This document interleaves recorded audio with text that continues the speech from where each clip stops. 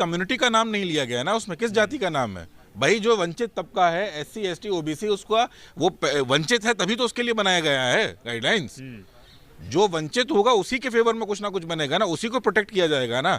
संस्थानों पर किसका कब्जा है? 2018 तक एक भी OBC प्रोफेसर नहीं था, एक भी OBC एसोसिएट प्रोफेसर नहीं था 45 सेंट्रल यूनिवर्सिटीज में। आज भी डेटा कितना है?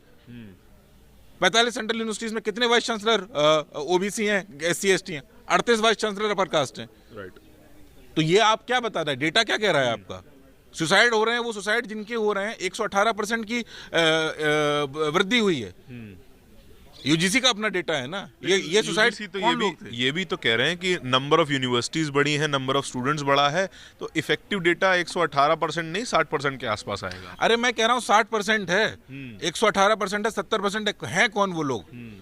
छोड़ देते हैं। IIT में कौन लोग हैं जिनको सुसाइड करना पड़ रहा है? दर्शन सोलंकी कौन थे? पायल तड़वी कौन थी? रोहित वेमुला कौन थे? जो विक्टिम होगा, जो पीड़ित होगा, उसी के लिए कुछ ना कुछ प्रोटेक्शन के लिए लॉ लाया जाएगा ना। SC ST एक्ट क्यों लेके लाया गया?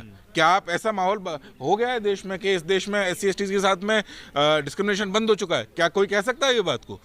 लेकिन कई लोग हैं ऐसे जो डिनाई करते हैं एकदम ही कि सोसाइटी में कोई गैर बराबरी नहीं है, सोसाइटी में कोई ऊंचा नहीं है, कोई नीचा नहीं है, या फिर बड़े महानगरों में जातिवाद खत्म हो चुका है। वो क्लियरली डिनाई करते हैं बहुत सारे इस तरह के लोग सिर्फ दो ही कैटेगरी हैं, या मूर्ख हैं या धूर्त हैं। इसके अलावा कुछ इनके लिए कोई जवाब नहीं है। या तो मूर्ख हैं जिन्हें दिखाई नहीं देता है, धृतराष्ट्र बने हुए हैं जिन्हें दिखाई नहीं देता इनके आसपास क्या घटित हो रहा है। कमरा मिलने से लेके आप लेने जाइए ना, किसी भी सोसाइटी में फ्लैट लेने जाइए, महानगरों का जातिवाद हम बताते हैं आपको।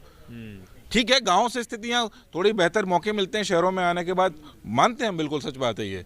गांवों में स्थितियां और खराब हैं, लेकिन शहरों में स्थितियां क्या बिल्कुल सुधर चुकी हैं? आप जाइए, जब आप मकान लेने जाते तब आपकी जाति पूछी जाती है, इंटरव्यू के समय आपकी जाति पूछी जाती है। आपको कोई आपके निजी, आपका पैदा होने से लेके मरने तक का, जहाँ तक का इंतजाम है, सब जाति के आधार पर होता है।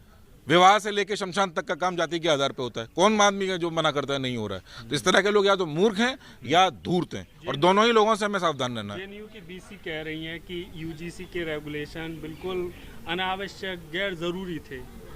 JNU की BC तो कुछ भी कह सकती हैं, और उनके बाद उनके कहे के ऊपर किस तरह से दलित समाज रिएक्ट कर रहा है, जो दलित पिछड़ा समाज है कैसे रिएक्ट कर रहा है, वो आप देखेंगे। वो कह रही हैं परमानेंट विक्टिमहुड लेके चलते हैं ये लोग। मतलब जो हमारे लोगों का, हमारे SC ST OBC के लोगों की जो पीड़ा है उसको जाहिर करने का अभी कुछ वर्ष ही तो हुए हैं जिन्होंने जाहिर करना शुरू किया है, और उस जाहिर करने को कोई भी ये कहना चाहती है कि परमानेंट विक्टिमहुड है। यानी कि अपनी संवेदना, अपनी पीड़ा को इंसान कहे भी ना। कह रही है मैं खुद